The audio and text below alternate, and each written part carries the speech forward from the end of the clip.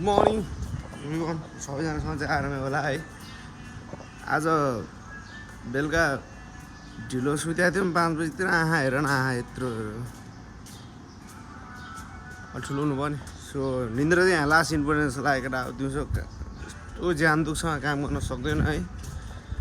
त्यही हो फेरि यस्तो छ फेरि दुबईको पनि हालत नेपाल जस्तै छ। डस्टबिन त्यहाँ छ होइन, अनि फोहोर चाहिँ यहाँतिर छ कि। यो अन्त तरिका केटा हो, जहाँ गयो पनि त्यही त हो नि होइन।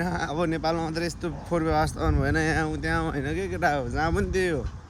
कसैलाई थाहा छैन, जब घुम्छ अनि थाहा हुन्छ कि।